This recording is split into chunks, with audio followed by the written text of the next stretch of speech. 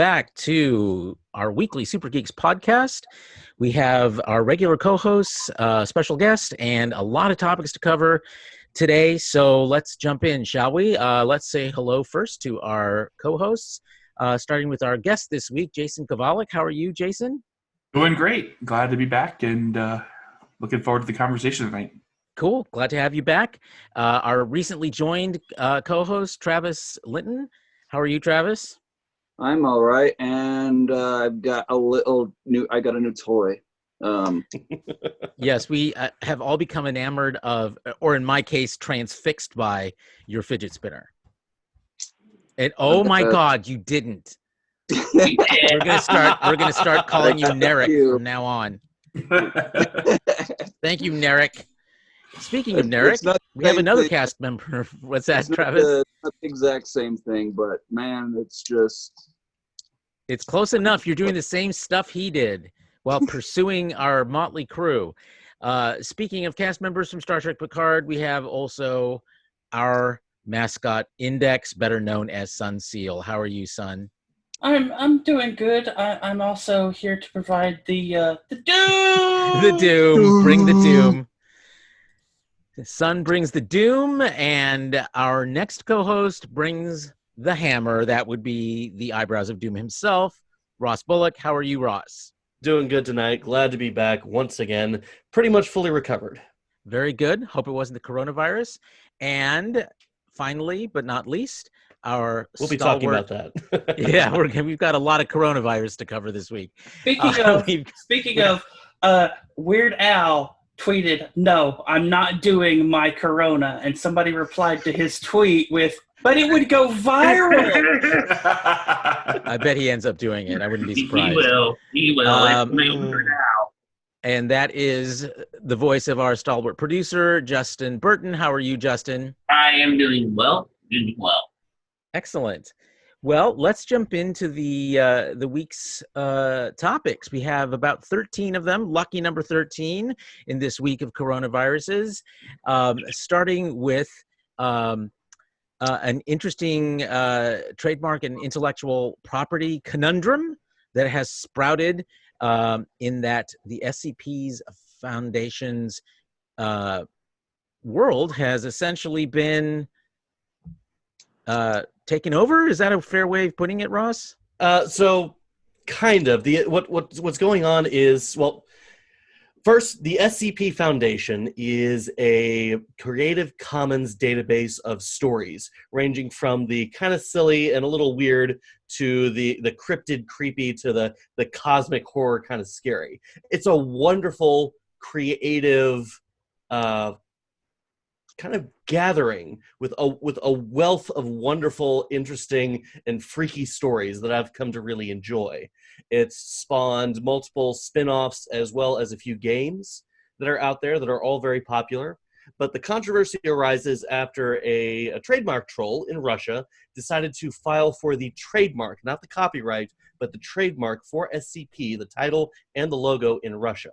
And since Russia is A, kind of corrupt, and B, a first-to-file nation, he won it. So now he is using that trademark to block the sale of merchandise and to take down the website itself in Russia. So it's that legal precedent that people are starting to worry about. The community behind the SCP Foundation has started to raise money to fight that legal battle, and they've raised quite a lot so far. So really, about how much? And, let me and through double what? check. I don't know off the top of my head. Do you know if it's a GoFundMe? I'll be honest, this is not a new thing. This exact troll has been doing this for a few years now. And we know this person is in it solely for the recognition or the money. Yeah. Because he Washington. Okay. But he was when he filed these trademarks and was granted them, he went through the entire links of trying to blackmail SCP for credit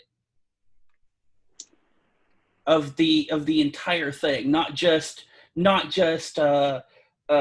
getting credit for the trademark purchase in Russia. He wanted full credit on some of SCP's like stuff, like branding, all that kind of stuff. But since trademark is country specific, he could only get a hold of what is being sold and controlled in Russia.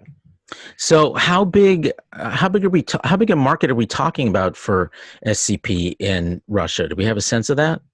Not exactly. The one of the GoFundMe's that I found has raised $161,000 out of the Wow. $50,000 goal. 7.5 thousand donors and about 4.4 thousand shares. And in the last 30 minutes or so, 18 more people just donated. So there is a broad appeal for the SCP Foundation. It's hard to say exactly what the market is in Russia specifically, but we do know that he has gone and taken down different online stores that are selling SCP merchandise. But only in Russia. Only in Russia. Yeah, that's why I wonder. I mean, the skeptic in me just wants to ask: is this being overblown since it's one country and we don't have an idea of the extent of their activities there? No, now, I'm not saying they shouldn't pursue it legally, right? Because obviously this guy's doing something bad. But I'm just wondering if it's not necessarily overblown because he has tried to take it to the European Union under his trademark to block it in the European Union as well. But Russia isn't part of the European Union. Right, but you can still take your trademark through to the European Union. It's like you suing an American company for having your trade or for using your trademark. Except if it's not in your country, you don't get to do that. And that's the block that he has, that he hasn't been, that since he only has the Russian trademark, he can't enforce it anywhere else legally. The site and the works are protected by copyright, but the SCP Foundation is unique because it is a Creative Commons copyright. You are able to claim at least partial ownership over the work that you create, and you're able to make derivatives legally of other people's work and sell it as well, right, so long as you credit the original creator. And then whoever makes a derivative of what you made can do the same so long as they give credit to you. But isn't Russia part of the Berne Convention? That's the copyright That's the international agreements. Copyright. Yeah. I believe it is. But that's why he can't. But that doesn't change anything, I don't think. He can't do anything by copyright because it is a Creative Commons copyright. The issue is trademark and the implication that it makes for other countries if someone else tries to do something like this for a different property. Now, something that's interesting to me about this is you said that he's trademarked the logo, right? Now, the logo is copyrighted, so he can't trademark something that's copyrighted by someone else, can he? Trademark specifically, as I understand it, you can correct me if I'm wrong, but trademark deals specifically with a brand, so a name and a logo. So certain brands and some names can be trademarked. For example, the word Sky is trademarked in the UK by Sky Media. Right, but we're talking about a logo. It's a piece of art that is copyrightable. Yes, but it is also a part of a brand, the SCP brand. Right, but Kind of copyright like trumps trademark when it comes to intellectual property. So, because otherwise people will be going around copywriting, or rather trademarking copyrighted material they don't own. So that doesn't seem to me like it'll hold up for very long. Probably won't, but it's still something. The name he probably can. You can't copyright a name. The legal battle is ongoing, and hopefully it does side within the Foundation's favor, but it's the precedent that a lot of people are really worried about. That if he can do it with SCP, he could probably do it with something else. And as Sun said, he has. Yeah, I mean, I think that's probably true, but it may not take him very far if it's overturned in any way. And my guess is that it will be, or most of it will be. Hope so. Um, I would guess mostly on the copyright grounds, but certainly the logo, he's not going to be able to do anything with that. And as far as the name, it's like, why don't they get it copyrighted, or sorry, trademarked, so that Costs at money. least, pardon? They It just costs raised like- $160,000. I think they can afford to trademark something. They probably are. They're probably in the process of getting trademark for it in the U.S. right now. Yeah, as well I think as that other makes countries. sense because a U.S. trademark is super valuable in terms of being able to take it elsewhere internationally once you've established it. But Here, it does take time. I'm right? trying to But remember. they do. Why don't they They just change your name? No, you don't want to do that. If No. they've been around for 12 years building a brand. It doesn't. That's like Or at least do basically it in Russia. Keep the United States. That is working. something they could do in Russia. I mean, just do it in Russia, and that way you bypass the idiot altogether, and be like, "Here, you want the name you have? We got SEPE or something like that." But then he could go and copyright or trademark the new name before they get it done. If he does it first, the Russian courts will likely side with him. Not if they are smart about it. Do it without. We're talking. Sorry, we're talking about Russian courts here. They're notorious for graft and corruption. You grease the right fingers. You get Do what we you have need. any idea how rich this guy is? I mean, does he have any money, or I is have he no just idea. doing this because he can? Bye. Probably thought SCP was an easy mark. Probably. I mean, it's actually probably a warning to other Creative Commons organizations that some of their intellectual property could actually be kind of absconded with, or at least their name could be. But I hope that they're at the very least seeking U.S. trademark status for the foundation and to protect it here. I mean, again, I'm not sure Russia's anything to worry about, but the precedent, of course, is the big deal, right? Yes. Yeah. Well, okay. Any final thoughts on that? Sun, do you have any other observations given your experience with this? I mean, I can't say that I have too much experience. I've been on the periphery of this for about a year because I have friends who are heavy into that community. And, I see these things pop up again and again, and I go, is it a new guy? No, it's the same guy. Oh, okay. Well, I hope you guys can finally get that all solved because it's been 2 years at this point. This has been an ongoing conflict for about 2 years. And if you know anything about, if you've been watching Leonard French on YouTube, you know you have sort of the same battle going on here in the U.S. with copyright trolls. Mm-hmm. And patent trolls. Mm-hmm. Yeah, that definitely is a problem. Patent actually is a little. It's flagrant and wide. Copyright trolls are more of a nuisance than an ongoing sort of economic battle. But of course, they're enough of a nuisance, particularly to people and organizations that don't necessarily have a lot of money. It can have a real impact on them, even if it's for a short time while the dispute's being ironed out.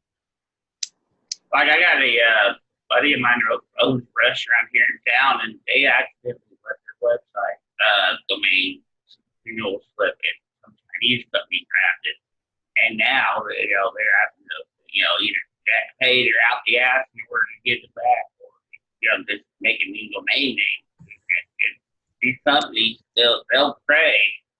If they see an act of anything, they'll prey on it just like that. So you gotta make sure you protect your investment.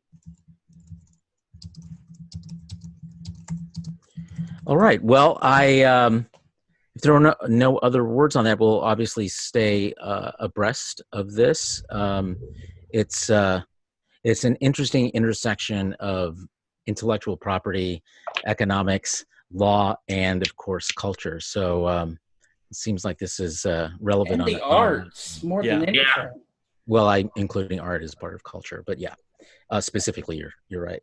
If you haven't heard of the SCP Foundation, check it out. There's a lot of good on there. Yes, we have a link in our Trello, so you can to the news article about this, but that has a link to SCP from there. So thanks for bringing this up, Ross, and we'll see what happens as this moves forward. Let's go to some news that came out this week about Christian Bale, well known as the Batman. And he apparently has been, yes, the gravelly voiced Batman, which was possibly the only annoying thing about his version of Batman. I loved him otherwise, but that voice, oy gewalt, that was probably as annoying to voice as it was annoying to hear. I know the feeling exactly. I mean, my Gorn voice didn't that bother much. I had to speak like this for many hours at a time. It's got very taxing. Do you imagine how sore his throat was at the end of the day after shooting and doing that? I mean, Especially after having to yell. Oh my god. well, he has been cast as the villain in the upcoming film Thor: Love and Thunder, which is due to begin filming shortly, but I think he's coming out in November of next year, if I recall correctly. Are we excited to see Christian Bale return to the world of superheroes, this time in the role of a supervillain? How do you all feel about that? I guess it really just depends on the film itself. I am not super big in the Thor movies. I have seen the first and the third one. I have not bothered with the second one. First one was fun. The third one also really fun, but that's probably because the third one had a bit more of a Guardians vibe to it, and I'm a huge Guardians of the Galaxy guy, so yeah. Well, last we saw him, he was off with the Guardians of the Galaxy, right? Exactly. That's one of the reasons I'm actually really, really curious about, the upcoming Thor or Guardians 3, because like when I saw him leaving in Endgame with the Guardians, spoiler alert, I was fully on board. I was like, oh my God, this is a perfect combination right now. If they keep this for one of the upcoming movies, I am on board. I have no idea if that's what they're going to do for Thor 4. I think I read that Thor 4 takes place after Endgame in a way that I think I read that he's no longer with the Guardians at this point, but I could be mistaken. I mean, doesn't he have like a ship of his people to get back to? Well, Asgard has a new king. Remember the Valkyrie? They picked all those people up and deposited them in excuse me, in New Asgard. That, as we saw in Endgame, Valkyrie was kind of running the show while Thor was drinking himself into a coma. Okay, so I haven't seen Endgame, so okay. Yeah. There's a new Asgard settlement on Earth in Norway. The Thor was king for a little while, but he abdicated to Valkyrie and took off with the Guardians. Sorry, I spoiled a little plot detail. You're fine. It doesn't matter to me. I enjoyed like the third movie of Thor, and then it's like the last of that was they're all on a spaceship. It would make heading sense to Endgame. It's like, yeah, that's like if they're, if he's in the Endgame, it's like, okay, well, at the end of Endgame, it would make sense. He has to go back to his spaceship. Hello, Guardians. Except he doesn't. So, different spaceship. All right. Are you all looking forward to the fourth? Yes. Thor movie? Yes, I am. They teased that Natalie Portman is coming back and she will wield the hammer and become the mighty Thor herself. Just like in the comic books. I'm looking at an article that is speculating who Christian Bale might be. Beta Ray Bill, another being who wielded Thor's hammer and was crafted a new one for himself. It's a mace. Baldur the Brave in mythology. He was Thor's brother. Not sure what role he'll be in the MCU. Cole Borson, the God of Fear. Dario Ager, he's a Minotaur. Gore the God Butcher. And Magog. And I'm going to throw in the War Thor, who was another Asgardian who picked up the Ultimates Thor's hammer after the two universes were mashed together. And it's going to be fun to see whatever he ends up playing. I'm really interested in seeing, as we move into this next phase of the MCU, whether they're going to be able to keep it up. It's they're in some ways they're starting from scratch, and they have laurels to rest on. Hopefully they don't just rest on them. Well, the thing is, can you continue to build on something that seems to have finished? Yeah, as far as a mainstream audience is concerned, Right. that's exactly where they're starting out. Comic fans, of course, know, things go on and on and on, but with mainstream, it's like you have to kind of start winning them over again to this whole new world. I mean, they're mourning some pivotal characters from the MCU, particularly Iron Man. So we'll see how well they do that. It worked for Homecoming. I have yet to see Homecoming. I own the movie downstairs, but I have yet to put it on and watch it. You mean As far- Homecoming, or do you mean Homecoming or Far From Home? Far From Home. Yeah, Sorry, Far From Home, Spider-Man right. Far From Home. I haven't Thank you. seen it either. I would be more encouraged by that, Ross, if Sony didn't own Spider-Man. Well, Far From Home is more of an epilogue to Endgame, though. That's why they kind of brought it back into phase 4, because it was just so tied to what happened in Endgame and looking at like the aftermath of the world just reappearing. I think that serving as an epilogue to that era is fine, but again, you're kind of starting from scratch with new. Especially looking at the next phase, it's a lot of newer characters that they're introducing for the first time. She-Hulk and things like that. Well, and this new age of Marvel is more than just films. With Disney Plus, we're getting actual mainline MCU stories through Disney Plus, TV series through Disney Plus, instead of tangential stories that may or may not be taking place at the same time with the ABC, Freeform, and Netflix shows. And I'm actually looking forward to, Winter Soldier and WandaVision? Falcon. Are you looking forward to WandaVision? I know nothing about WandaVision right now. They've been very silent about it, really. And as far as Thor 4 is concerned, as to whether or not I'm looking forward to it, I can't really answer that until I see a preview. I tend to reserve judgment on most movies until I see a preview. For the most One of the part. things, though, to be fair to Marvel, one of the pieces of their success is that they build into their films a lot of star power.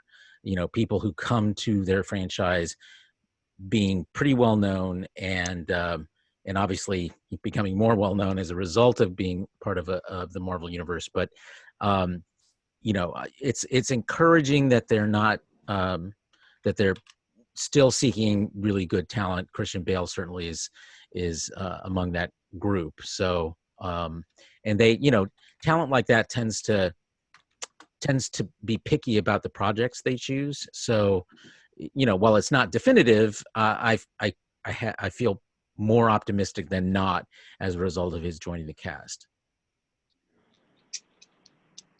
But go ahead, Travis. It just depends on how it looks, I guess. I mean, I'm not super big into Marvel. Like when Ross was listing off the potential theoretical villains he might play, I don't know any single one of those. Just like, okay, I guess if whatever he plays, and I'm sure my sister will probably know exactly who these people are. I don't.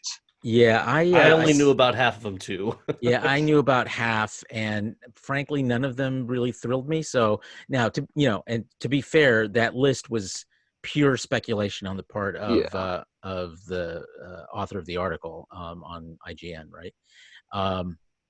So I wouldn't put a lot of stock into that list, but I'm hoping they find a better villain than anyone on that list. Balder might be interesting, but he was not really a villain in the comics. So Wasn't No. He's the one I've seen most popularly thrown out there. It would Yeah. make for an interesting bit of internal conflict with the Jane Foster Thor and a son of Odin. yeah, well, we'll see. I mean, I'm optimistic. Given, do we know, by the way, who's directing this one? Taika Waititi. Oh, okay, that is a vote of confidence. He made 3, right? He made 3. Yes, That's right. he made 3. He also did Jojo Rabbit, which was amazing, and nominated for an Oscar. And It already makes me want to see it even more. He's also making the next Suicide Squad. right, so he's very in demand. Well, I hope he That was does James better Gunn. than the last person.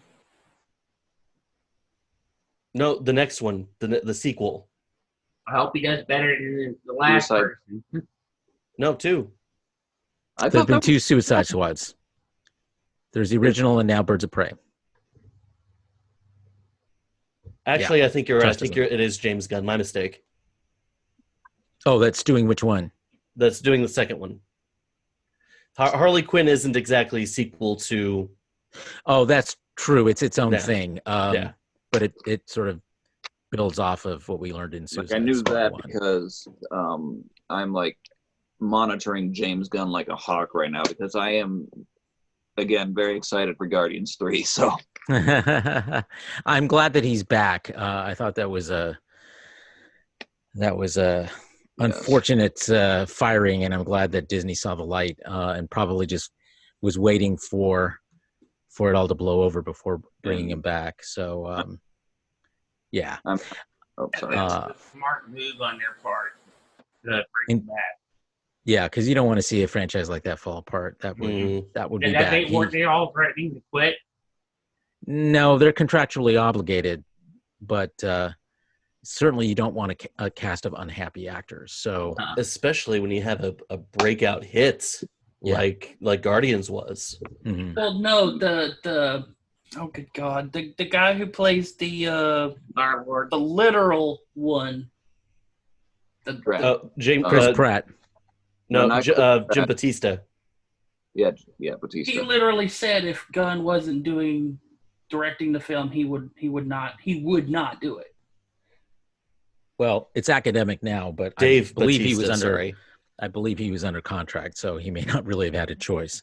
But again, you don't want an unhappy cast. So for all practical matters, from a practical standpoint, they needed to do something that would, ingratiate Disney back with the cast of that franchise.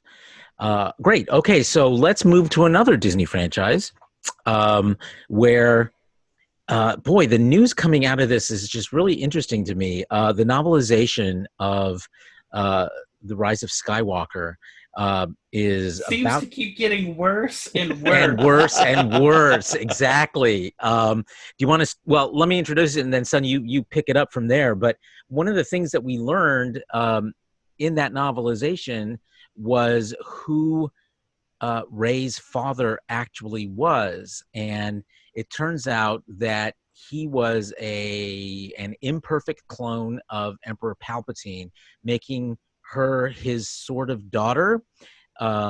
It's not even that it's a sort of. Palpatine, the whole way this is going on, Palpatine keeps throwing his consciousness into new clones that wind up not being able to be Palpatine, so they're these imperfect things. And he throws himself into one clone who literally can't hold any of his power at all, so he's just this dumb human and that just also happens to be Rey's father. Right. So, Right. so not only is Palpatine her grandfather, he's also her father. Yeah, it's messed up. And I read one article, it was like he's also in some way her uncle, and who knows? It's a mess. I mean, bringing Palpatine back to begin with was a bad choice, and I've opined about that before. And by opined, I mean complained about it before. But this just makes it worse. How do the rest of you feel? Jason, start us off.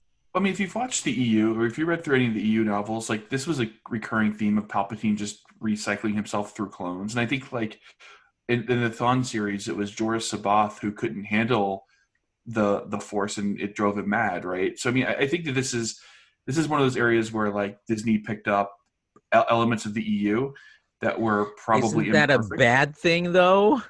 Well, it depends on what part of the EU you're talking about, right? Like, I think you look at Thrawn. Thrawn himself is a great character, and we see him in other Disney media that's been played out really well.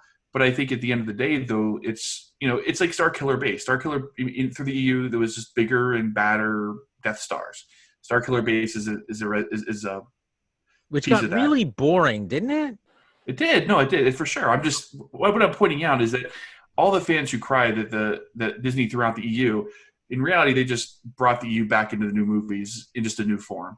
And, so to me, I gotta interject with one thing. This is why I'm glad Star Trek has the common sense to have canon that is only on screen and not in book form, because this is just a gigantic Well, mess. I mean, we don't know that Disney's going to consider this canon either. So, I mean, even the fact, I mean, it is the novelization of the movie, but it's still the novelization of the movie. So, I haven't heard anyone who likes this news. What was the other thing that came out this week out of that novelization? Son, do you remember? That he had like the one that we see is actually the one good quote unquote clone, and he's still attached to that giant fucking mechanical finger thing. Yeah. Yeah. I don't know what the thinking was there. Ross, do you have an opinion on this? Nothing that hasn't already been said. It seems like they wanted to do Dark Empire, but not Dark Empire, or at least that's what JJ wanted to do. It's like a game of telephone where you tell the story for a little bit. Now I'm going to take it back. I don't like what you did, so I'm going to do a bunch of course corrections. Well, it's not even that. It's not even that. Disney forced JJ to take it back because it was supposed to be some third director altogether. Yeah. Trevor, all right? Yeah.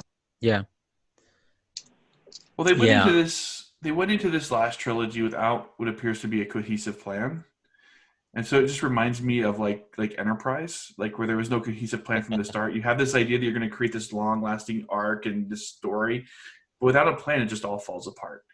I'm just glad that watching The Rise of Skywalker, I at least felt emotionally satisfied at the end.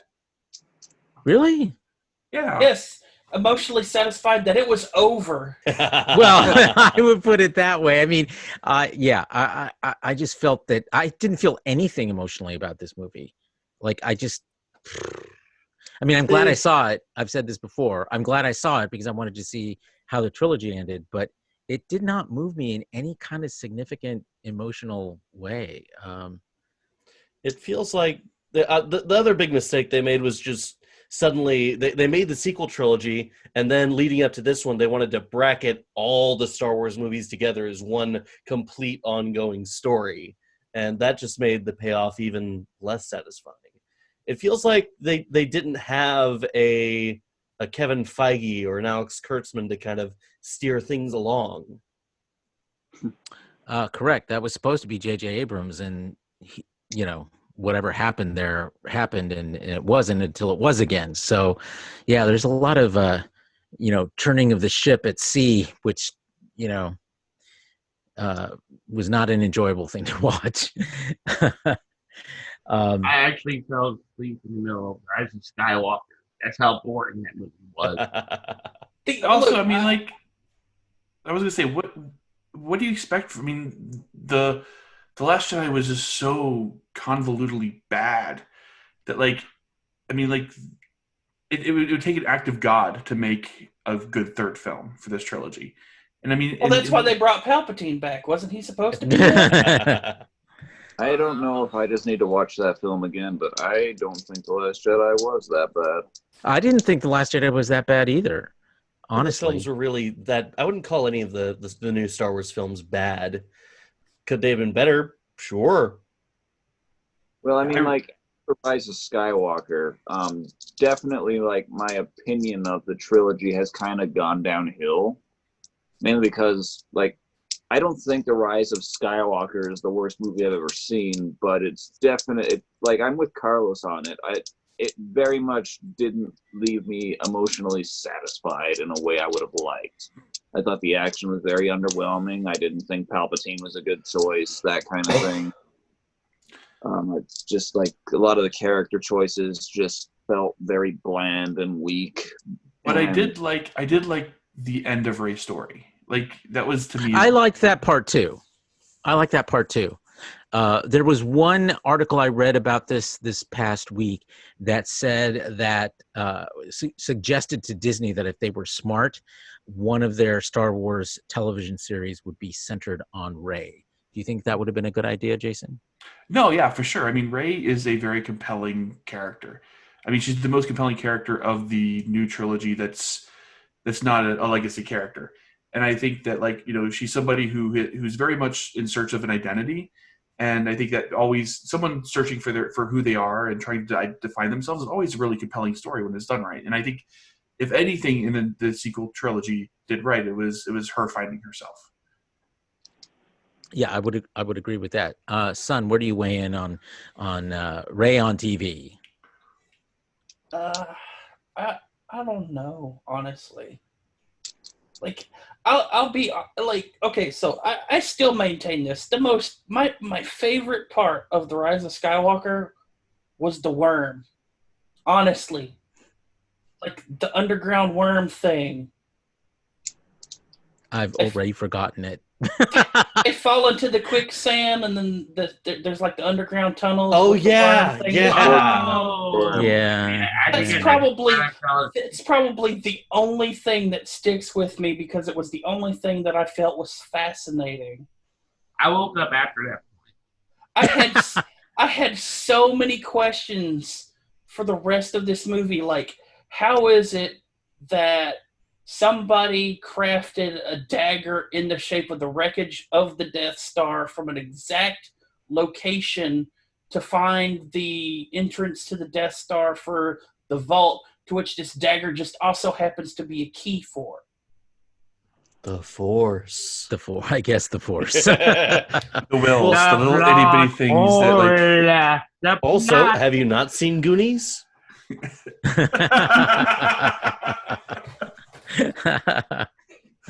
Indeed. Well, anyone have any final thoughts on Rey's daddy issues, Justin? I'm not going to read the book. I don't want to read that book. I'm not interested. I'll just let this one pass. Travis, you get the last word. All right. The novelization might not be a novelization like Revenge of the Sith, which is an amazing novelization, and you all should go read it. But I still believe that this sequel trilogy is better than the prequel trilogy. And if the book sucks, then it's... That's actually a good question. Let's just do a quick roundtable on this. How many of you think that this third trilogy was better than the first trilogy? Jason, you sounded like you agreed with that. Absolutely, the sequel trilogy was beyond better than the prequel trilogy. Mm-hmm. Ross? Come back to me. I'll come back to you. Justin? It was somewhat better, I would think. It definitely had its high point compared to the prequel. Yeah, I would have to say it was definitely better prequel. Maybe. Travis? Prequel. Oh, sorry. I thought you were done. You done? Okay. Yeah. All right. Travis? Oh, definitely. Prequel trilogy sucks. And Son? go on a tangent if you ask me to go further. So No, that's enough for now. This was just a quick lightning round. Son, where do you stand? I mean, I like the prequel. I'm probably the only person here that likes Jar Jar Binks. Oh my God! Yes, And don't no, let Joe and say no, that. not in Jar the not in the Joe Diaz way. Fuck you, Joe Diaz. That's Jar Jar Binks isn't what made the prequel trilogy bad. Jar Jar Binks was fine. It was Anakin, but it was Anakin. And Admittedly, oh, sorry. I'm teaching a screenwriting class right now, and we were taking a look at the writing behind that big conflict scene between him and between Anakin and Obi-Wan in the third of the prequel movies, and I'm watching it, and it was awful, and I don't remember it being that bad when I watched it the first time, but when you watch just this one scene by itself, it stunk. And poor Hayden Christensen, he's a good actor. I've seen him in other things in which he's great, but he looked and sounded terrible in that scene. That scene reads like it was written by a corporate committee. No, it sounds like it was written by George Lucas. The guy does not know how to write dialogue. no, he does not. Touching up on Son's point here, I will admit that I actually find the Gungans as a race pretty cool. The prequel trilogy has a really nice atmosphere. Like, world building in that is pretty fun. But yes, the story, the dialogue, the characters are just, they don't do it for me. I'm going to have to break from the group here and say that I like the prequels better. Really? The writing is objectively bad in a lot of places. I'll admit that. But as far as the scale and scope and setting and music and most of the characters, I just had more fun watching the prequel movie. Yes. They were more fun. The sequel trilogy felt so compressed. I loved The Last Jedi more than any of the other sequel movies. But the fact that it was that pickup right after The Force Awakens, and then an indeterminate but seemingly short amount of time between that and Rise of Skywalker, it felt like it was so compressed into so little time that the victory at the end felt kind of unearned. Okay, so I get the last word, and the last word is rest in peace, General Hux. Okay, moving on to our next topic, which is news from the world of, well, it started to sound like television, but it ends up not being television, as Screen Rant, one of our favorite news organs, asks the question, is Batman the Animated Series returning? And the answer, turns out, is sort of, but not quite. Ross, do you want to fill us in on this one? Well, Batman the Animated Series is coming back in the same way that Smallville returned for an 8th season. In comics. In comic book form, yes. Right. Now, does that work for anybody? For me, it feels like, I don't know, like kind of a cop-out, but, maybe some people are more comic fans. Jason, looks like you have an opinion. Comic of a cartoon of a comic. Yes. Yeah.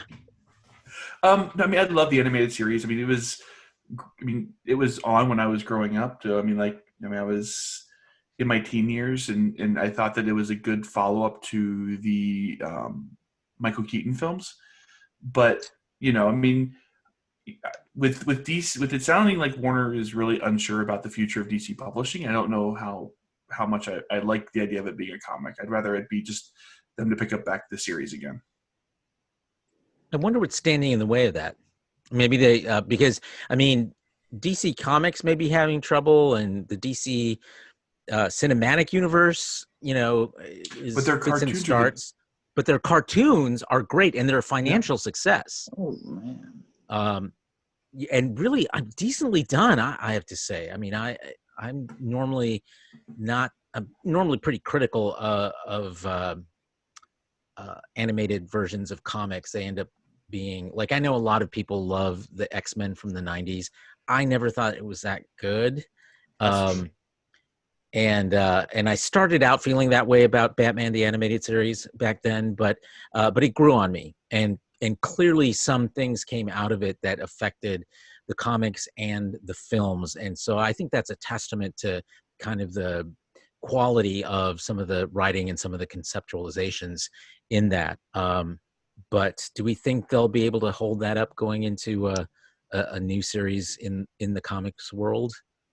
Well, the original producers of the show, Paul Dini, Alan Burnett, are returning to write for the comic, and Ty Templeton will be illustrating. I'm not sure what else he has illustrated, but we know at least some of the writing is going to be consistent. Mm-hmm.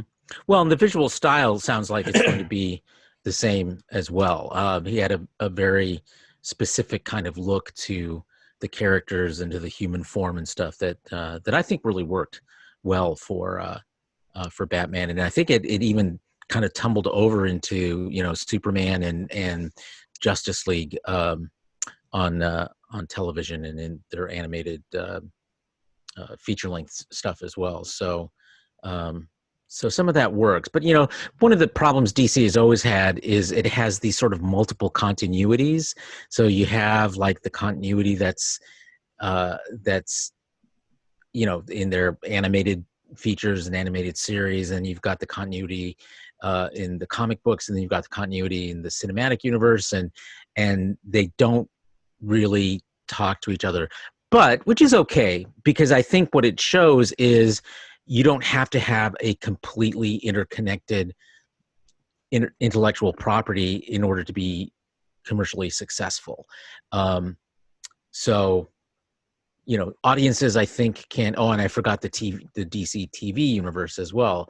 So audiences, I think, can cope with there being multiple versions of the same character and different continuities, different timelines, etc. And I think it's a testament to the ability of an audience to be accepting of that in favor of really creative and compelling work. And supposedly the Smallville season 8 has been doing fairly well. When did that start? I'm not sure. Because Smallville wrapped up quite a while ago. You'd think they'd be like season 10 by now or something. Well, now that Clark has given away his powers, right? Right, he hasn't yet. Anyone else bothered by that, by the way? I believe there are other series to comic continuations as well. I'm just not sure off the top of my head. I don't know if I will be following this comic series too well. I mean, I don't know if I'll be following it when it comes out.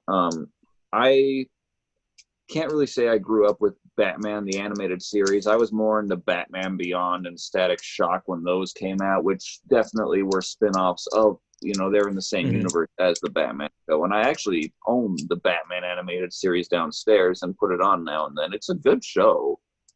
But, I mean, downstairs at your house seems to be quite the treasure trove of cinema. I'll say. Oh, my God. Like, I should say unwatched cinema. We've got quite the collection, but a lot of the stuff that you see is actually probably my roommate's video game collection. He has quite the shelves full of NES and Genesis titles. So, but I mean, like, some of those are worth their weight in gold press platinum. Oh yeah. Does that mean not really worth very much, given that it's a fictional currency? There's probably an actual exchange rate out there, like Quatlus. No, well, for example, in the BattleTech universe, the common currency is C-bill, and there actually is a calculated exchange rate. It's five C-bills to $1. The people actually calculate these things. So if we search, we'd probably find it. Probably. But, I do think to me this is just weird though. This whole thing. It's like, oh hey, to me, it's like saying, "Hey, we've had this really great thing with Transformers, but we're canceling the animated show, so we're gonna make this new season as a radio play." What the Might work fuck? in the UK. It does work in the UK. That's radio dramas are still a thing there. In fact, for a long time, that was the only place to get new Doctor Who for like a decade. So there's at least a couple of companies that put out some good audio content. I don't think it would fly here, but with all except the most diehard of fans. But America. I wish them luck. Yeah, I wish them luck. All right. Any final thoughts on Batman, the animated series, the comic, before we move on to our next Batman topic? Apparently, the exchange rate is one. You bar actually of looked it up. gold-pressed I love platinum you. to- I love you, Ross. No, it wasn't. Well, no, that wasn't me. It was Jason. That was Jason? Yes. Uh-huh. Sorry, I saw Ross's lips moving about something else. I put Jason, the, thank you. I put the exchange rate in the chat. Okay. What was the exchange rate now? One bar of gold-pressed platinum is about No, 1 cent. not one. US. What? Well, it says One one slip. slip. One It's slip. worth about Yeah. $187, which puts the value of Quark Ooh. Spar somewhere between $1 and $1.5 million by the end of Deep Space Nine. Well, there you Keep have it up a it. few years, he's definitely going to get that moon. Sure. Let A me bar on what's that planet called? Free Cloud. Free Cloud, yeah. There you go. Good. Yeah, he's got a I franchise. think he franchised. I doubt he's actually there. He franchised, which that's like what the 27th rule of acquisition. Okay, wait, hold up. You got your stuff wrong. It's like one.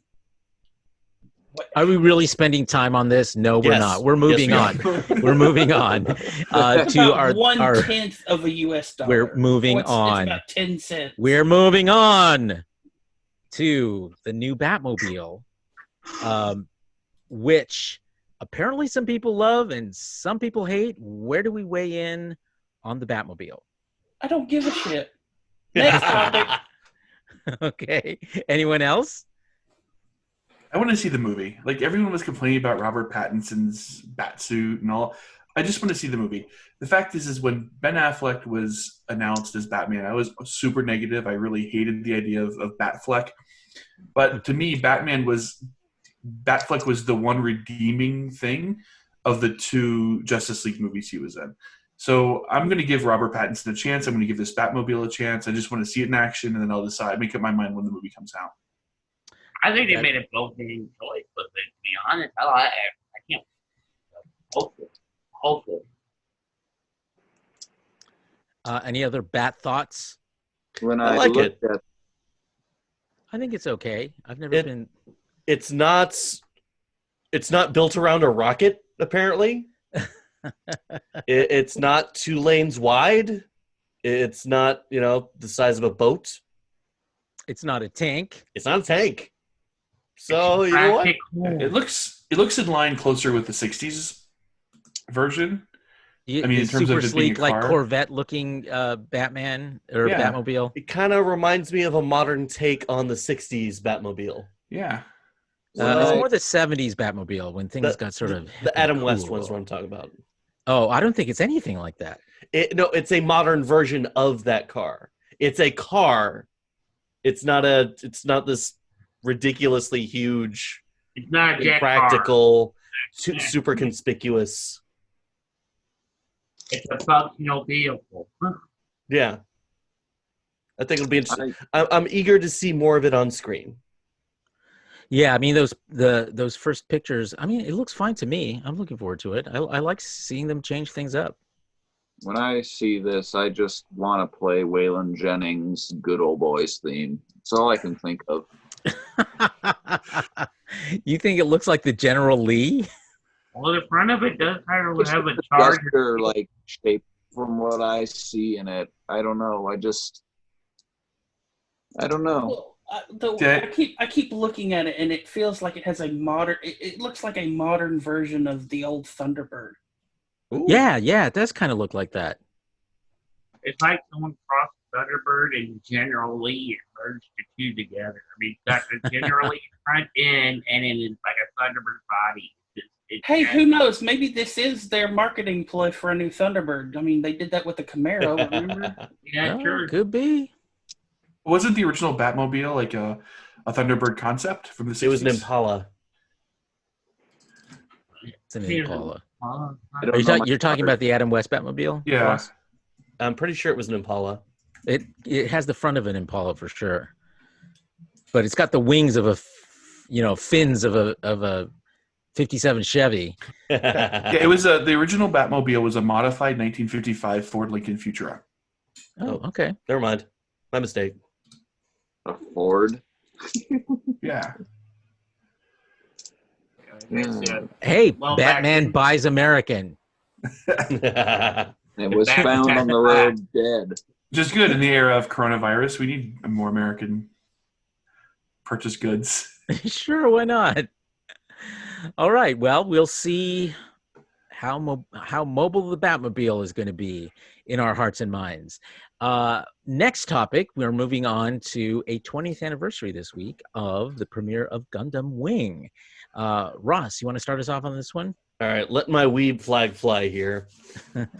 So, Gundam Wing was one of the first animes I really got into. As a kid, I'd occasionally watch Sailor Moon or Ronin Warriors when it came on during the mornings during the summer. But Gundam Wing was the first anime I watched and I followed almost religiously, and it really expanded my horizons to what else anime could be, and of course introduced me to the mecha genre, which then led to shows like the psychological wound that is Evangelion, and so many more. It was such a fun series, and I've never hated a protagonist more than Relina. Well, it certainly had some influence. Do we have other fans in the group here of Gundam Wing? I could never get into Gundam because it's easy. It's easy to get lost in that show. Yeah. It's not a show that you can just pick up in an episode and understand what's going on. Yeah, I always felt like you'd have to start way at the beginning, and I never had the time to do that kind of thing. Well, that was the nice thing about the Gundam Wing series. It's self-contained within its own universe. It's got a start, middle, and end, and there really isn't anything else after that. Now, once you start getting into the Universal Century, then you're falling down a pretty deep rabbit hole. Well, what's that, Travis? I was just going to say, I'm not super big into anime, so I never really got into Gundam. So, aside from Dragon Ball Z, this is one of the animes that introduced the broader American audience to anime itself. Yeah. I didn't get into Dragon Ball. Lies! That's totally lies! Sailor Moon, thank you very much. I said one of, son. That's true. He's got plausible deniability, but you're right. Sailor I Moon choose definitely- my words carefully. Or I try was a to. Pokemon guy, you know this already, so. You over there trying to be a lawyer, huh, Ross? Well, more of a politician, I think. When Sorry, I dealing didn't mean with that as an seniors- insult, Ross. When dealing with people of higher rank, you learn to choose your words carefully. Indeed. Well, happy birthday, Gundam Wing. We're now entering the part of this podcast that this week I'm calling the Corona Zone, as we have multiple coronavirus-related topics that we're starting off. Of course, we don't want to make too much light of this because it is a pretty serious problem as it is escalated to pandemic status. And of course, I live in Seattle, so I'm like ground zero for it. I've been washing my hands obsessively all week. But the first topic it came from an interesting article I came across, actually from Fox News of all places. Gas. That basically was about how artificial intelligence had actually identified and figured out what the spread of the coronavirus was going to look like, and nobody cared, apparently. Because humans, I guess, don't want to trust artificial intelligence. And the reason that I thought this was appropriate to bring up here is because, we've been wrestling with this whole concept of artificial intelligence from a dramatic standpoint with regard, with what we've seen in Star Trek Discovery, what we're seeing in Star Trek Picard. And do we need to be trusting artificial intelligence more than we are now? And or are we swinging too far to the other extreme? Who wants to start us off? You know what? I'll go on a limb and say that I don't believe that a lot of the horror stories that AI tends to sprout when it comes to science fiction, whether it be Skynet or Control or whatever you want to call it, I do believe that those are very exaggerated. I do believe, that we should probably, trust what we make a little bit more. I mean, I'm not saying that we should be totally ignorant of the potential, threat that it might become or whatnot. But I mean, I do believe that we have enough safeguards in place. I mean, I like to think that people who make this stuff aren't stupid, if that makes any sense. So, well, the problem, of course, isn't the people who make it; it's the people who should be using it and aren't. My sense is that a lot of experts, who are known for their expertise, are being sort of outshined by artificial intelligence, which can, of course, go through more data than any expert ever has the mental capacity or time to do, and discover things, trends that would otherwise be hidden from view. And in this is a case of where that happened. And it's really, I think, calling into question the whole notion of expertise anymore, as the people who are in charge of making some critical decisions about medical response to something like the coronavirus are being caught flat-footed because they aren't willing to pay attention. I think it's more than just AI, though. In recent years, we've seen communities like the EVE Online community being involved in what they were calling Project Discovery, I think it was, and it was medical cell research, essentially. And it was that big, wider community consensus stuff that has been springing up lately. And you run the risk of having that happen as well, more than just AI, where you're reaching out for people who don't have any expertise whatsoever, and you're giving them this basic training over what researchers have done for decades, and you're saying, hey, come up with a thing you think is correct. And if everybody has the same wrong conclusion when a scientist is screaming, hey, no, this is the right thing, well, yeah, that can fail horribly too. And we're seeing a lot of that happen as well. Not just AI being there to outshine or outperform or outvoice someone who has been there in that field. Indeed.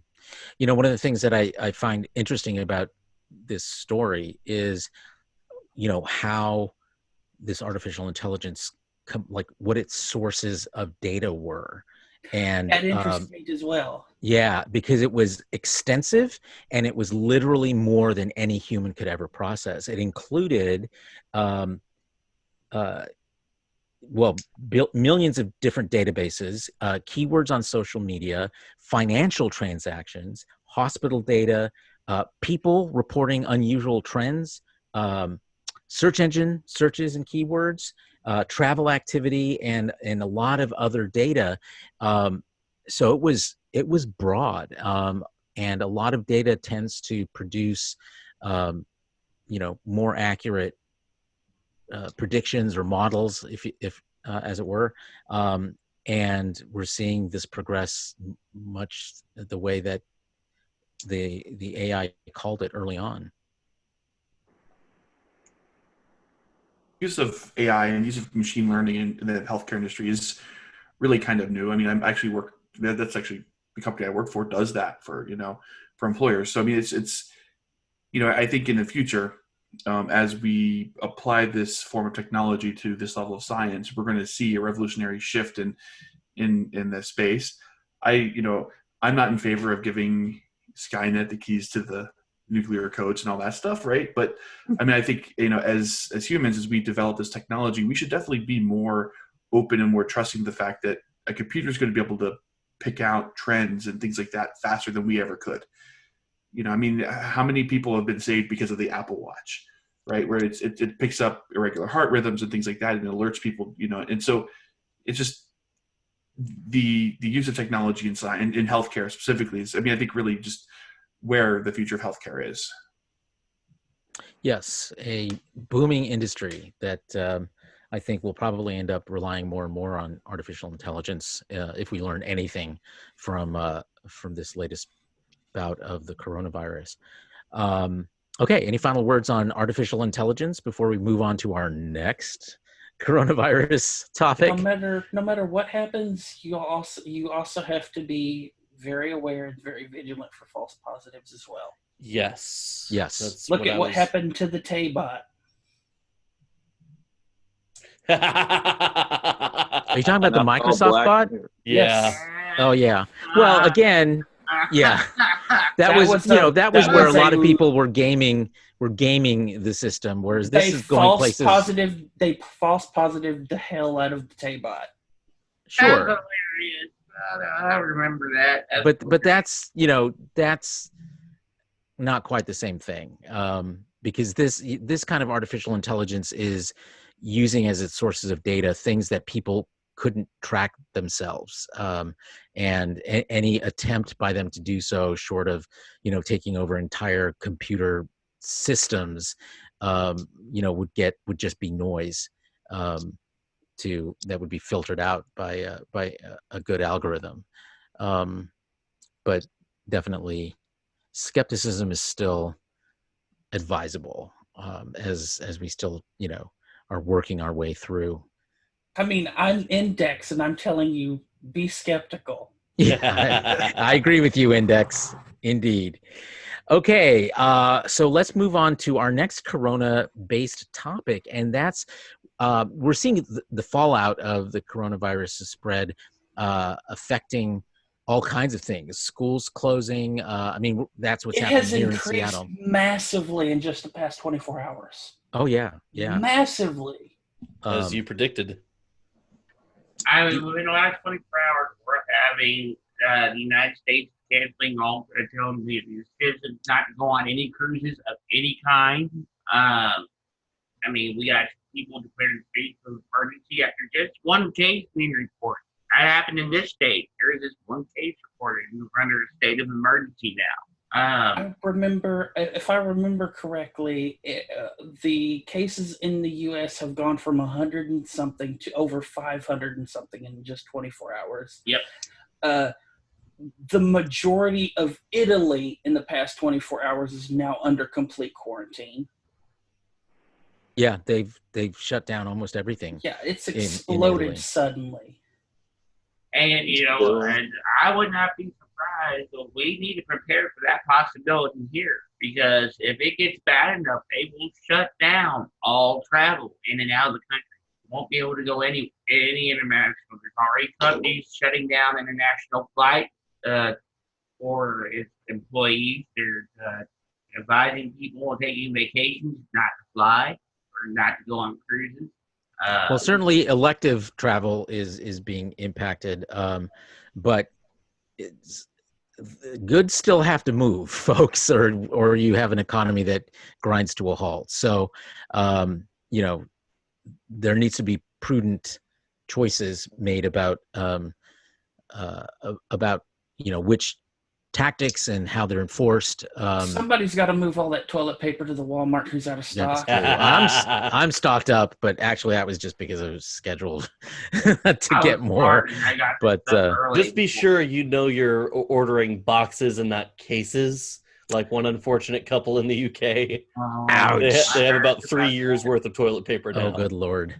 Well, anyway, one of the places where we're seeing an economic impact of the coronavirus is at the box office, as the producers of the next James Bond film, ironically titled No Time to Die, say they're delaying the release of their film, and with a view towards seeing movie theaters shut down, or at least audiences dwindle, as people are avoiding any large public gatherings, and movie theaters are one of those.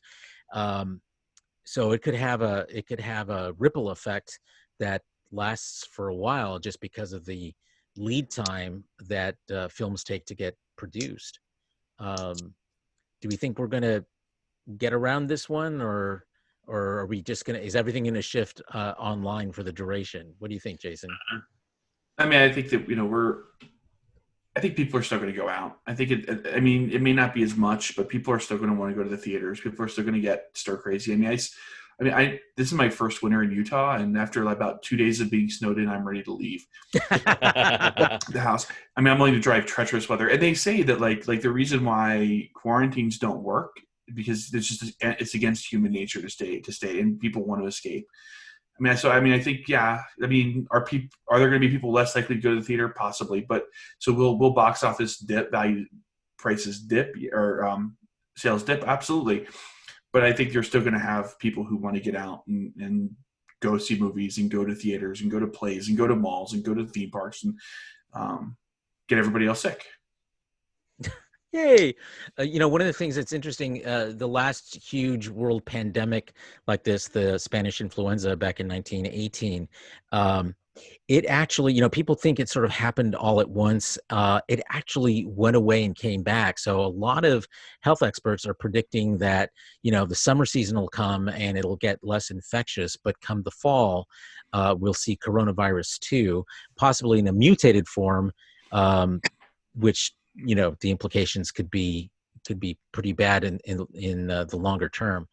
But we'll see how it goes, and how well people pay attention to the precautions, because the precautions work. People just have to, as you mentioned, Jason, wash your hands.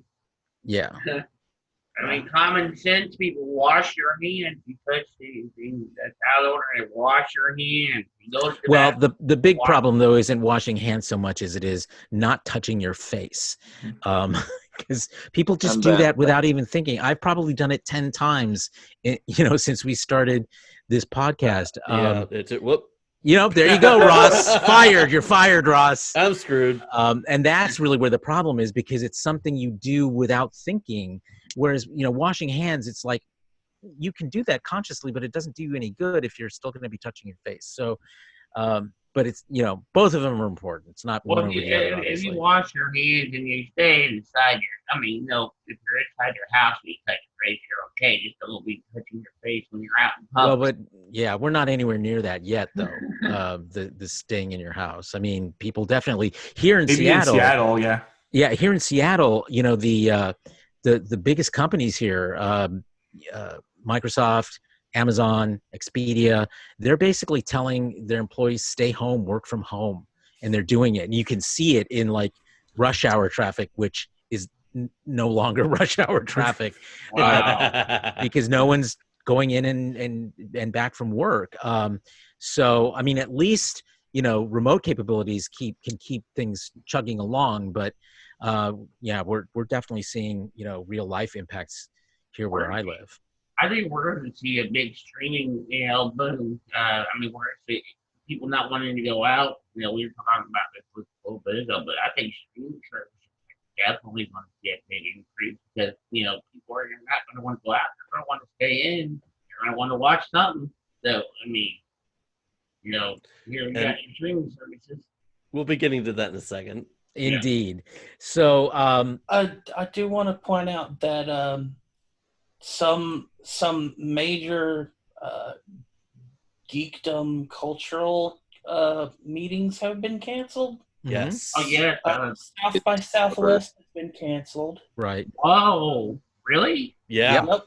Whoa. I do know that CCP, the makers of EVE Online, have canceled FanFest outright this year. Holy shit. GDC was supposed to start this week, and it's been canceled. Emerald City Comic Con Yeah. said they were not going to cancel and got a lot of criticism about that, given the fact that so many of the cases and deaths are right here in I King thought they County. postponed. They probably did, but initially they weren't gonna were do saying it. we're gonna go ahead. I And know it was that only after a lot of criticism that they I- chose to postpone. I know we're talking about putting a ban. I've heard talking about putting a ban on any large public gatherings for the time being. So I mean, they could. Wait. Comic conventions are a health hazard in the first place.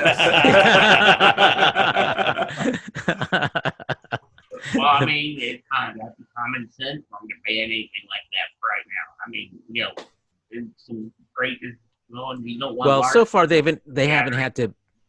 had to officially ban anything. I think we're seeing a lot of organizations that are just being smart and doing the right thing.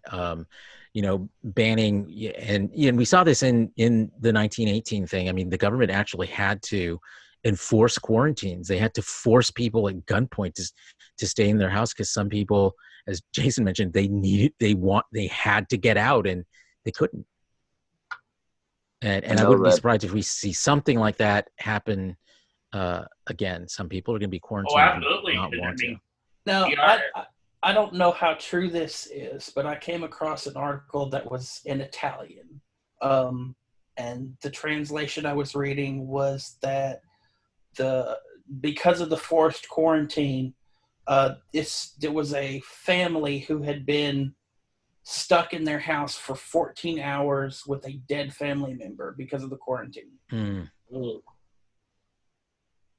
I hear like the China government with their quarantine, they're actually bringing groceries to residents that are doing volunteer self-quarantine. They're actually bringing groceries to their house once a week and making sure people have food and water. And, they're actually taking care of everybody that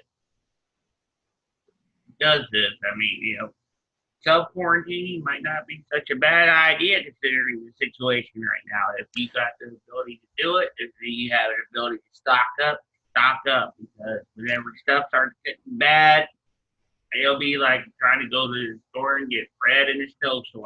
Right, of course. We're going to move on from your suggestion, Justin, around the implications of self-quarantining. If we're going to be spending a lot more time at home in the coming weeks and not being able to go out or minimizing our going out, a lot of people are going to end up getting their entertainment online, both through streaming platforms and gaming platforms. So Ross came up with a great idea, which was to find out from us what would be your top 3 movies or games that you would binge while under quarantine. Ross, do you want to start us off since this was your idea? Off. Well, first off, as far as games, any JRPG. They last hundreds of hours. You'll be fine. Red versus Blue would be my first streaming TV series, followed by, of course, Star Trek or Ron Moore's Battlestar Galactica. Oh yeah, good one. Justin, how about you? I would have to agree with Red versus Blue. And as far as games, any free-to-play game, you got Orville Interactive, you got anything that's free-to-play on Steam, Epic.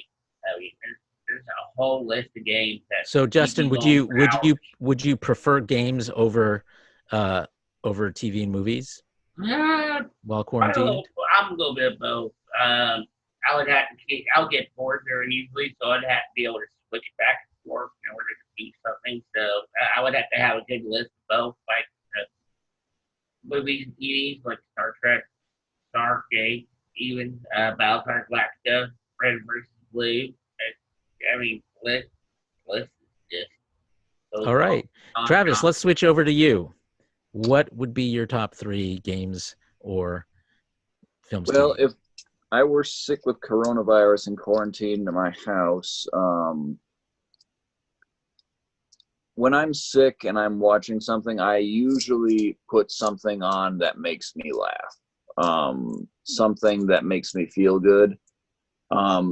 This is going to sound terrible now. I used to binge watch The Cosby Show when I was sick. And that, like, I have every single one of those seasons, and all of them are in a box in the garage right now. And I was going to guess they were downstairs.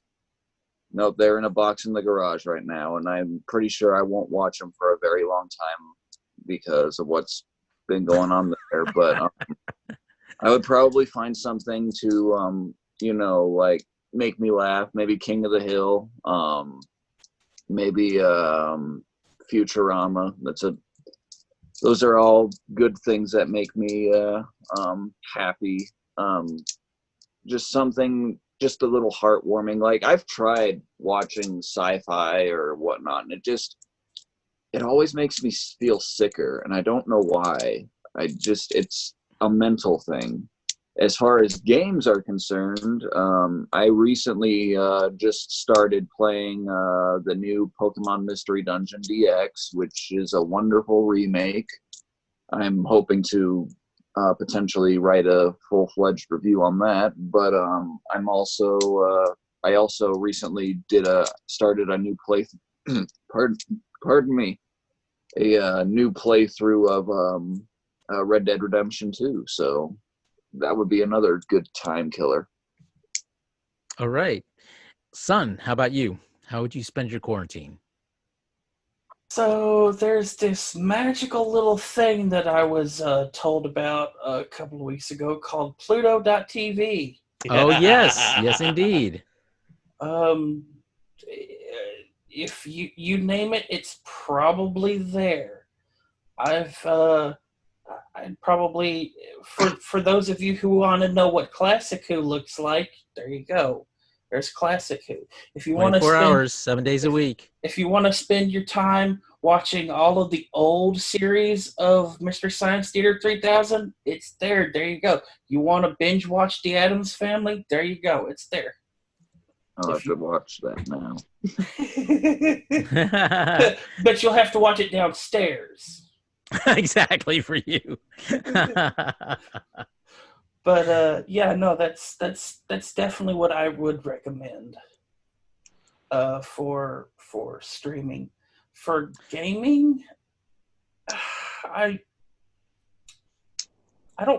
there's not really anything that I could recommend for, like, long-term playing a game, because I'm way too distracted in the way I game. I get, like, the stuff that I play when I play video games is stuff that other people tend to be bored of rather quickly. I spend hours in Fallout 4 just building settlements, just to build settlements. Yes. And, I mean, that is probably one of the most hated things about Fallout 4 is settlement building. And which is weird to me because it's probably one of the most relaxing things about Fallout 4. But, like, I hop from MMO to MMO and I'll play for a couple of hours a day and then hop to the next one. So just nothing seems to be able to keep my attention anymore in gaming, except, and I wish I owned a copy, Disco Elysium. I have done nothing but watch people stream Disco Elysium nonstop because it is so fascinating to watch. I mean, it is a game that it was based on a D&D campaign made into a video game that is just also kind of its own D&D campaign of sorts. But at the same time, it is a game that narratively showcases the mind, how the mind works, how the mind thinks, and not just of your character, but all of these other characters. And it is like laid bare with all kinds of like nasty, vile people. Like you have the fascist guy over here in this area, and you have the nationalist white guy in this other area, and then you have like a black supremacist guy over here in the other area, and it's like they're all different characters with their own little thing, and it's fascinating just to watch how these people work, and the voice acting in it is hit or miss, but it's fascinating because it's it's a story about kind of a human condition thing, and slowly you're unraveling, not only remembering who you are, but you're trying to solve a murder on top of it because you're a detective. That one's on my radar as well. Cool. Pluto TV, by the way, was recently acquired by Viacom CBS for $350 million.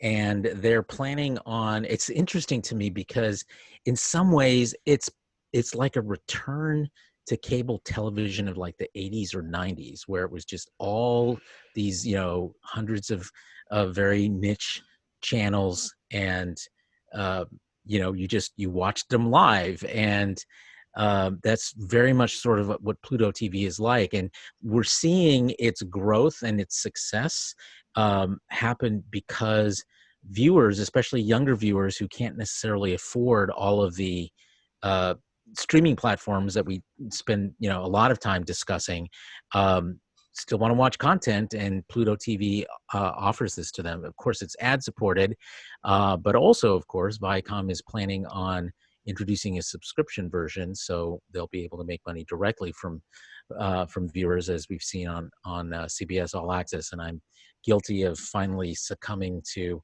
not wanting to watch commercials. It was Star Trek Picard that did it for me. I was like, I have to see. I can't wait. So I upped my subscription to the ad-free version of CBS All Access. But Justin, I have to interrupt. Justin, is that the new model? It is. It looks pretty. Of the Orville? Orville? Orville, yeah. It looks pretty.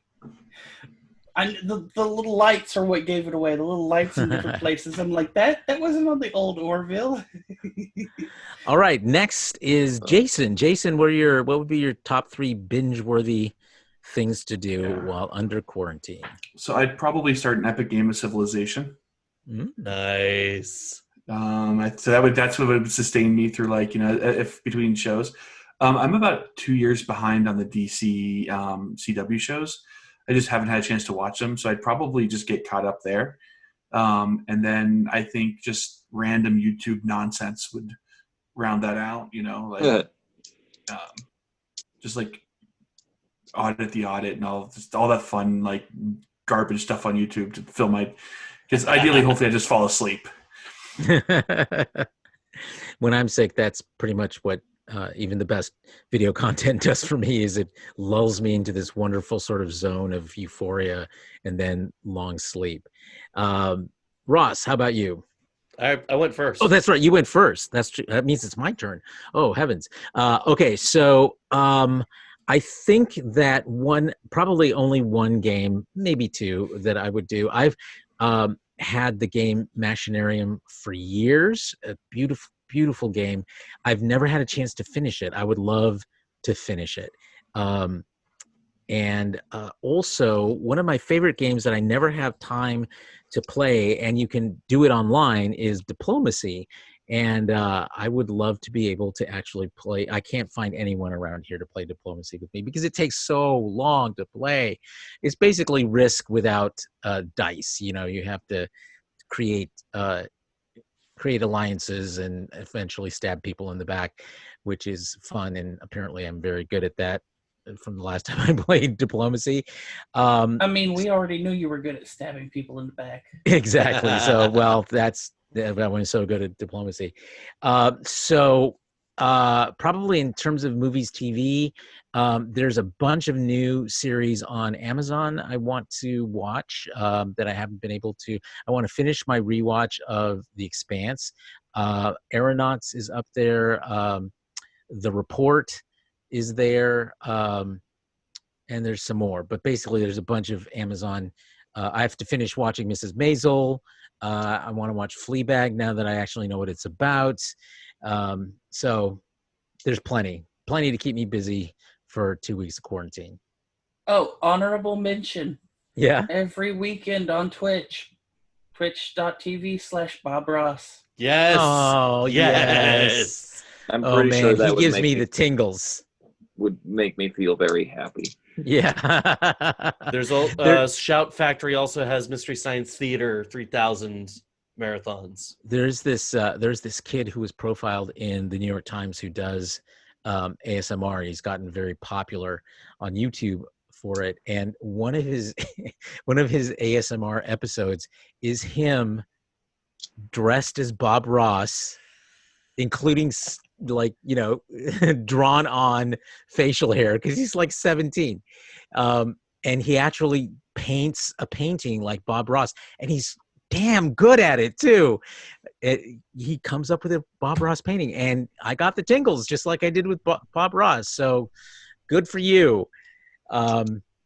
Okay, so speaking of the tingles, we've discovered now, this is our second week in which we have had porn-related news come up, and Demonetized on YouTube.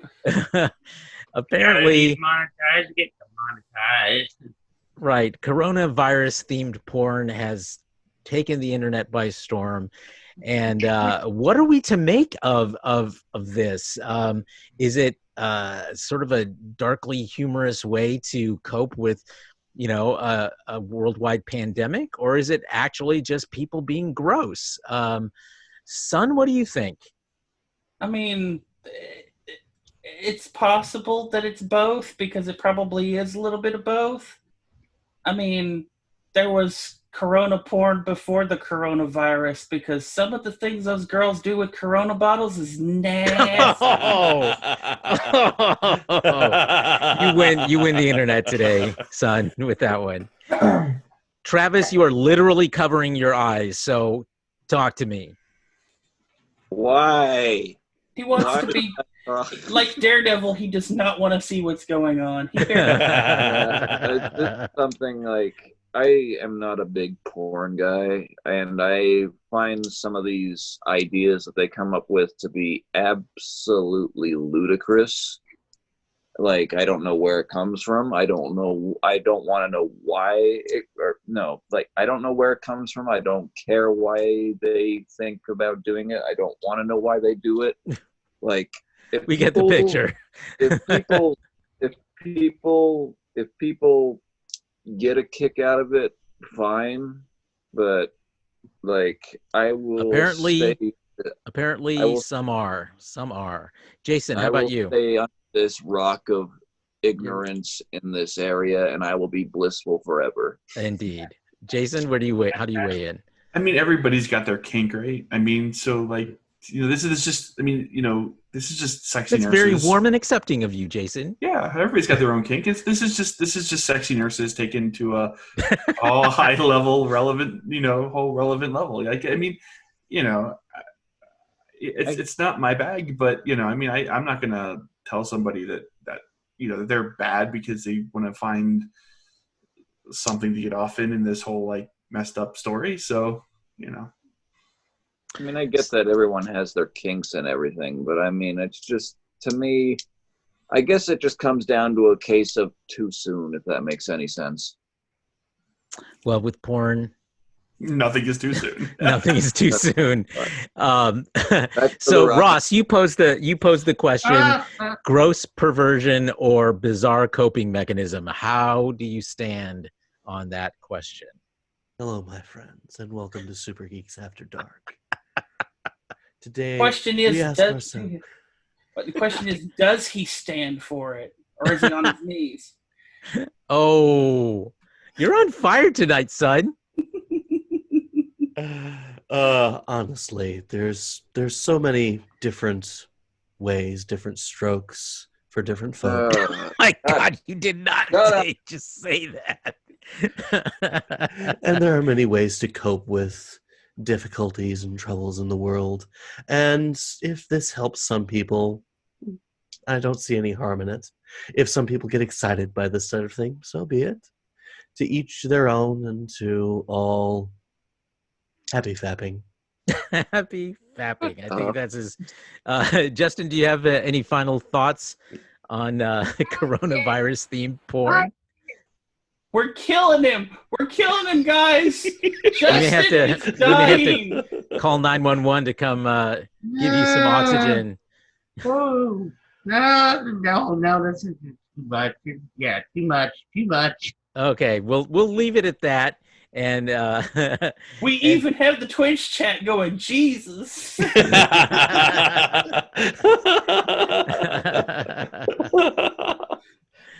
Well, so let's move back towards new shows. We had a new sci-fi show, sort of new sci-fi show premiere on Apple TV Plus this week.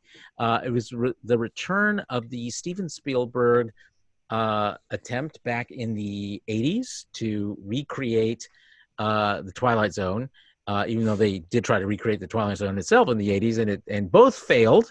This was Amazing Stories, and Apple TV has brought it back using the exact same theme, written by John Williams, of course, as they used back in the original series.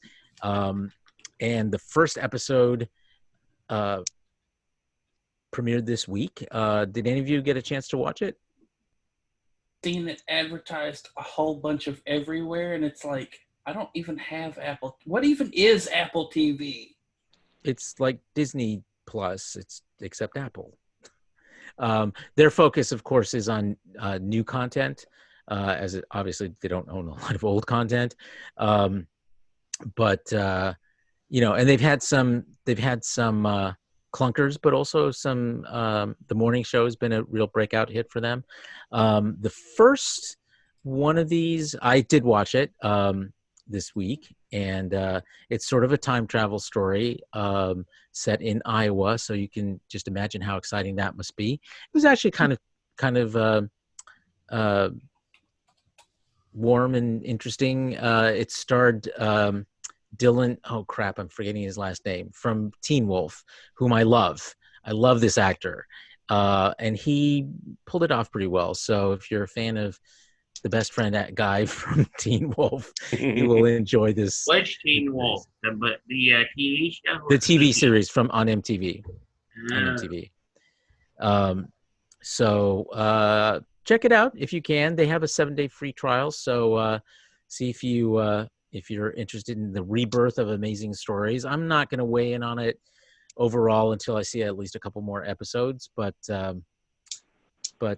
not bad so far, I guess is what I'd call it. Anyone else watch it and want to comment? If I wind up getting on quarantine and ended up having nothing to watch, I might do another streaming service. But right now, no. Okay, well, I'll keep you posted as I watch more episodes. They're releasing one a week, so it'll probably be a couple weeks before I bring it back up again. But we'll see. Okay, that brings us to our final topic for the day, or for the week, which is our recurring topic, which is what are we watching this week? So, what are we watching this week, Jason? We'll start with you since you're our guest. Yeah, so I've watched the last episode of Picard like 4 times since Thursday night, and I ugly cry every single time, to the point where my wife is saying, "You don't watch that show again." That's really been what I've watched in the last week, and that's what I'm. I know you guys did the after show, but it's one of the best hours of television I think I've ever seen. So that's I loved it. It was easily like in my top 3 or 4 favorite episodes of Star Trek altogether. So you should definitely join us for the after show this next time, and I think last 2 or 3 episodes are going to be Yep, we're We going always into make those fun last 3 episodes of the season, and it looks like it's heading somewhere big. So Yeah. good choice. Anything else? That's pretty much been it. Work's been kind of Okay, crazy. you've been but, watching yeah. Picard over and over and over again. Son, how about you? What have you been watching this week? Well, this week saw the return of Ross streaming Death Stranding. Yay! Yep. So that journey continues on over on Twitch. And yeah, I've just been like, whenever I get the chance, I'm sitting in front of Pluto TV watching Classic Who. Excellent. Travis, how about you? Well, a lot of the stuff I've been watching has been pretty Star Wars themed. I've been continuing through Star Wars Rebels season 2, and there's been some pretty heavy episodes lately. Like, there's been an arc that's been dealing with the death of Ezra's parents. There's been the return of Rex, and like I just saw Ahsoka Tano like do this awesome lightsaber battle with 2 Inquisitors, and I was like, he's having a good grand old time there. But I also watched the newest episode of Clone Wars, and it kicked ass and took names, and I actually posted a review about 3 hours ago now. Yeah, I So saw that. Yeah. yeah, if you guys haven't checked that out yet, the Clone Wars right now is big thumbs up from me so far. So that's about it on my end, because I've been busy playing Mystery Dungeon. For Justin, how about you? I'll go last. I really haven't been watching a whole lot other than Star Trek Picard this week. I was starting a rewatch of Voyager, just for the sheer hell of it, just to watch it. It's been a while, and other than that, yeah, that's really been it. Kind of busy week here too. So yeah. Well, I've been talking, I think, about this for the last 2 episodes. I finally finished watching Hunters on Amazon Prime. And I have to say, I really liked it. It had a bit of a twist ending, which I figured out about 5 minutes before it happened. So I'm not sure that really counts, but it has a really great twist in it. Some I've people heard a may lot find of it. good things about that. Yeah, it's definitely really good. And Logan Lerman is just, I mean, the entire cast actually is just fantastic. So I would definitely recommend it as a good binge watch. But if you want to watch it casually, it's pretty riveting. So I've always been fascinated by World War II, Nazi, Holocaust themed works. So this falls nice, although this is set in the 70s, and it's a group of people who've come together to find Nazis who are living in the United States, and it works. It's got some great drama and a nice surprise at the end. Well, I don't know if you call it a nice surprise, but a surprise at the end. So that's one thing. Otherwise, I've been catching up on a new show on NBC called Zoe's Extraordinary Playlist. And it's kind of, I don't know, sort of dumb, but also kind of cute. The main character, Zoe, goes through this MRI, and there's a short circuit, and she gets the ability to kind of read people's thoughts and emotions, but expressed in music. And so she each week has a different person that she's trying to help because she sees them. They have these terrific, like flash mob style kind of production numbers as characters sing their feelings and emotions, which other people don't see. It's their hidden feelings. And so they have like 2 or 3 big production numbers every week, which must make this a very expensive show. It's on NBC Sunday nights. And it's kind of dumb but kind of fun. So I don't know if you get a chance to watch it, but I watch at least a couple of episodes. It might be your cup of tea as it is mine, and I'm sticking with it. Okay. And Did Ross get a turn? no, not Nope. yet, not yet. I'm going to shift it over to you, Ross. Well, let's see. Oxhorn's narrative retelling of Fallout 4 Far Harbor is nearing its conclusion. This week he covered the destruction of Far Harbor itself, siding with the children of Adam. It's wonderful YouTuber, really good storyteller. I highly recommend him to check him out. Also very binge-worthy. He's covered Fallout 1, 2, 3, and New Vegas so far. After watching, as I mentioned last week, the Black Pants Legion's coverage of their primer on the clans, post-Amaris Civil War, Exodus, and Return, I got on a bit of a BattleTech kick and I decided to look up the old 90s cartoon. oh boy, there's some good in there, but holy crap, is it campy. Oh my god. And for some reason, the producers decided to throw in in a series that's almost entirely 2D animated, they decided to throw in a bunch of 90s CG for the big mech battle scenes. oh boy. Let's see. And I think that's it for me this week. The lady's watching Glee, so I'm watching Glee by proxy. Oh, yeah. Okay. By proxy. Yeah. Proxy. It's a lot like Zoe's Extraordinary Playlist, so we're kind of on the same vibe there. Yeah. And I've tried to give the little guy a bit of a break from TV this week, so no Bob the Builder so far. Oh, bummer. Hey, gotta structure it. You gotta discipline it. Otherwise, they're just sitting in front of the TV all the time. Just you gotta get him to read Bob the Builder now. Yes, indeed. Well, that brings us to the end of this week's show. Thank you very much for your thoughts and opinions, everyone. Jason, thank you for joining us as a guest again. Thank you for having me. Always appreciate your point of view. Program notes, we have the third to last episode of Picard premiering late Wednesday night / early Thursday morning. We, of course, will be doing our Picard after show, Make It So. We record it on Friday night, release it on Saturday, so please join us for that. And then, of course, next week, same time, same place for the next episode of the Super Geeks podcast. And Carlos, you have homework. Which homework? Oh, yes, I do. I have to finish watching. Yes, it's something we should have covered, and I apologize, this week, which is the season finale of Doctor Who, which is sending there's all kinds of ripples going out into the universe, and some of them ain't good. It's very much a love it or hate it kind of thing. Good.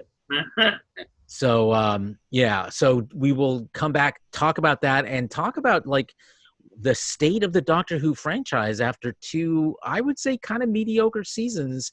I don't even think you'd call them mediocre. Well, I wouldn't call them bad. I would call them mediocre.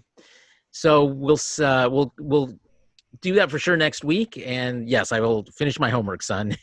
My dog ate it. We will stay on him all week. To make sure he watches yes, please do. So thank you for joining us, folks at home, and we will see you next time. And we are out of here.